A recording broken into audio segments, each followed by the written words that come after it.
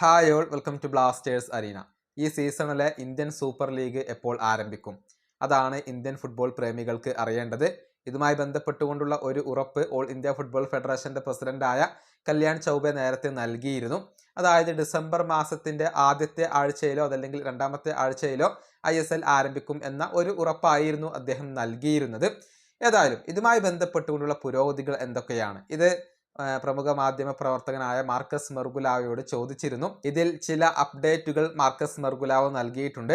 ഒന്നാമത്തെ അപ്ഡേറ്റ്, അടുത്ത മാസം തുടക്കത്തിൽ തന്നെ all India football federation tender വിളിക്കും എന്നാണ് പ്രതീക്ഷിക്കപ്പെടുന്നത് എന്നാണ് മാർക്കസ് മെർഗുലാവോ പറഞ്ഞിട്ടുള്ളത്.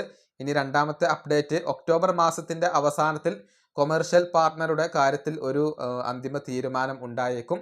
ഇത്തരത്തിലുള്ള രണ്ട് അപ്ഡേറ്റുകളാണ് മാർക്കസ് മെർഗുലാവോ നൽകിയിട്ടുള്ളത്. ഇതെല്ലാം വിരൽ ചൂണ്ടുന്നത് ISL ഡിസംബർ മാസത്തിൽ തന്നെ ആരംഭിക്കും എന്നുള്ളതിലേക്കാണ്. ഏറ്റവും പ്രധാനപ്പെട്ട കാര്യം ടെൻഡർ വിളിക്കുന്നു എന്നുള്ളതാണ്.